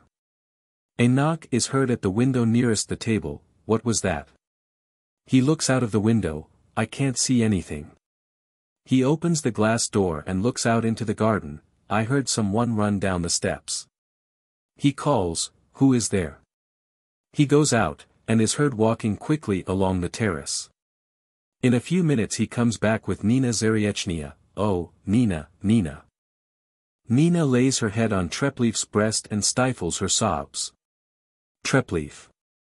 Deeply moved, Nina, Nina. It is you, you. I felt you would come, all day my heart has been aching for you. He takes off her hat and cloak, my darling, my beloved has come back to me. We mustn't cry, we mustn't cry. Nina. There is someone here. Treplev. No one is here. Nina. Lock the door, someone might come. Treplev. No one will come in. Nina. I know your mother is here. Lock the door. Treplev locks the door on the right and comes back to Nina. Treplev. There is no lock on that one. I shall put a chair against it. He puts an armchair against the door. Don't be frightened, no one shall come in. Nina. Gazing intently into his face, let me look at you. She looks about her. It is warm and comfortable in here. This used to be a sitting room. Have I changed much? Treplev. Yes, you have grown thinner, and your eyes are larger than they were. Nina, it seems so strange to see you. Why didn't you let me go to you? Why didn't you come sooner to me? You have been here nearly a week, I know. I have been several times each day to where you live, and have stood like a beggar beneath your window. Nina. I was afraid you might hate me. I dream every night that you look at me without recognizing me. I have been wandering about on the shores of the lake ever since I came back.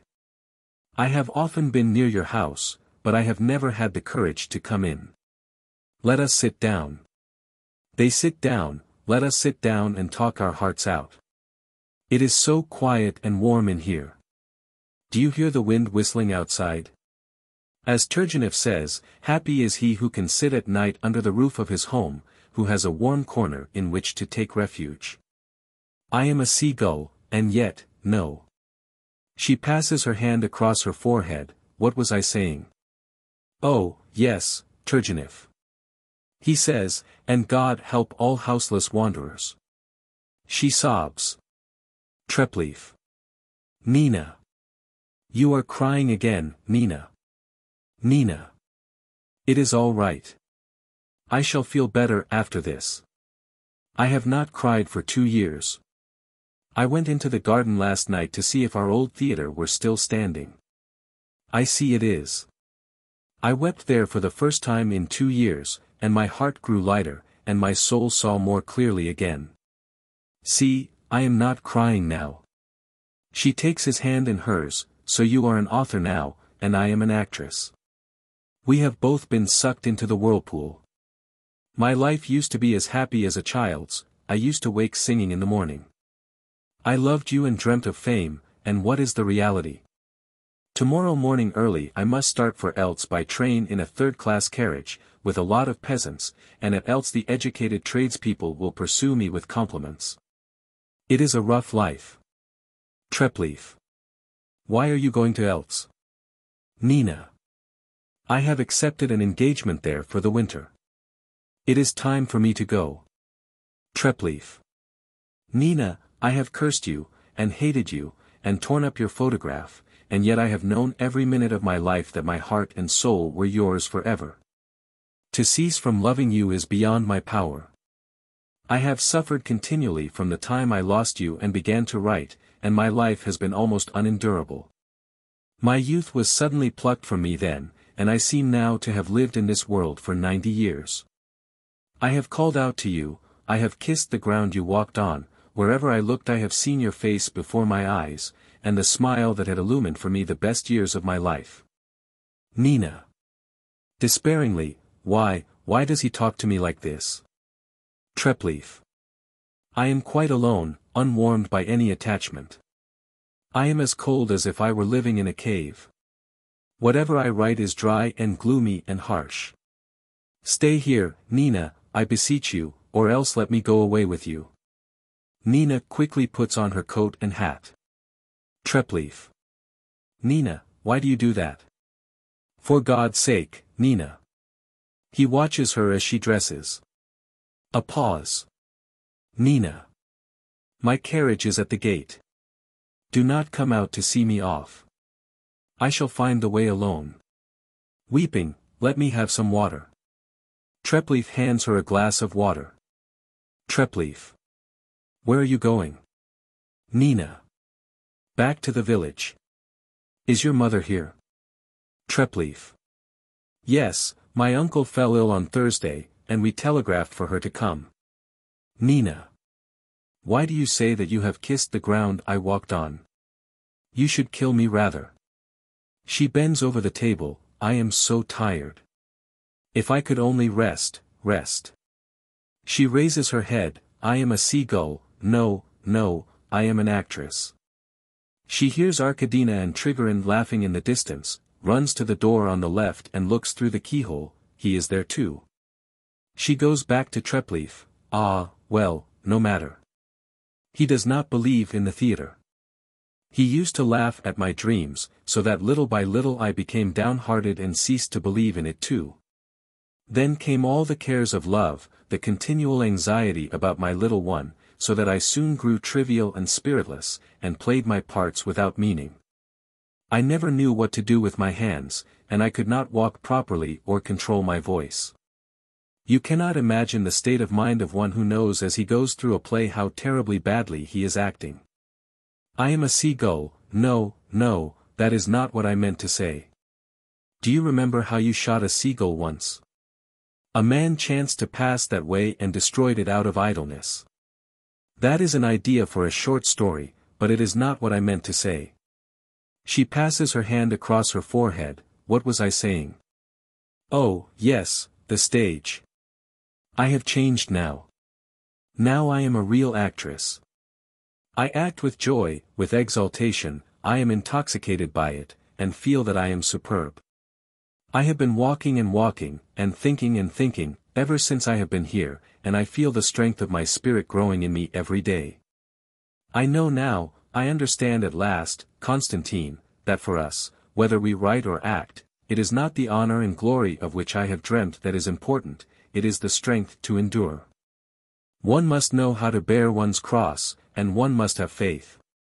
I believe, and so do not suffer so much, and when I think of my calling I do not fear life. Treplev. Sadly, you have found your way, you know where you are going, but I am still groping in a chaos of phantoms and dreams, not knowing whom and what end I am serving by it all. I do not believe in anything, and I do not know what my calling is. Nina. Listening, hush. I must go. Goodbye. When I have become a famous actress you must come and see me. Will you promise to come? But now, she takes his hand, it is late. I can hardly stand. I am fainting. I am hungry. Treplev. Stay, and let me bring you some supper. Nina. No, no, and don't come out, I can find the way alone. My carriage is not far away. So she brought him back with her. However, what difference can that make to me? Don't tell Trigorin anything when you see him. I love him even more than I used to. It is an idea for a short story. I love him passionately, I love him to despair. Have you forgotten, Konstantin, how pleasant the old times were? What a gay, bright, gentle, pure life we led. How a feeling as sweet and tender as a flower blossomed in our hearts. Do you remember, she recites, all men and beasts, lions, eagles, and quails, horned stags, geese, spiders, silent fish that inhabit the waves, starfish from the sea, and creatures invisible to the eye, in one word, life, all life. Completing the dreary round set before it, has died out at last. 1,000 years have passed since the earth last bore a living creature on its breast, and the unhappy moon now lights her lamp in vain. No longer are the cries of storks heard in the meadows, or the drone of beetles in the groves of limes. She embraces Treplev impetuously and runs out onto the terrace. Treplev. After a pause, it would be a pity if she were seen in the garden. My mother would be distressed. He stands for several minutes tearing up his manuscripts and throwing them under the table, then unlocks the door on the right and goes out. Dorn. Trying to force open the door on the left, odd. This door seems to be locked. He comes in and puts the chair back in its former place, this is like a hurdle race. Arkadina and Polina come in, followed by Jacob carrying some bottles. Then come Masha, Shamraeff, and Trigorin. Arkadina.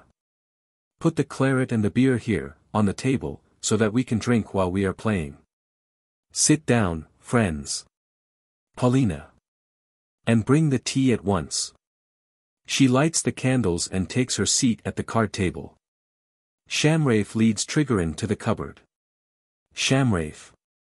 Here is the stuffed seagull I was telling you about. He takes the seagull out of the cupboard, you told me to have it done. Trigorin. Looking at the bird, I don't remember a thing about it, not a thing. A shot is heard. Everyone jumps. Arkadina. Frightened, what was that? Dorn. Nothing at all, probably one of my medicine bottles has blown up. Don't worry. He goes out through the door on the right and comes back in a few moments, it is as I thought, a flask of ether has exploded. He sings. Spellbound once more I stand before thee. Arkadina. Sitting down at the table, heavens. I was really frightened. That noise reminded me of, she covers her face with her hands, everything is black before my eyes. Dorn. Looking through the pages of a magazine, to Trigorin, there was an article from America in this magazine about 2 months ago that I wanted to ask you about, among other things. He leads Trigorin to the front of the stage, I am very much interested in this question. He lowers his voice and whispers, you must take Madame Arkadina away from here, what I wanted to say was, that Konstantin has shot himself. The curtain falls.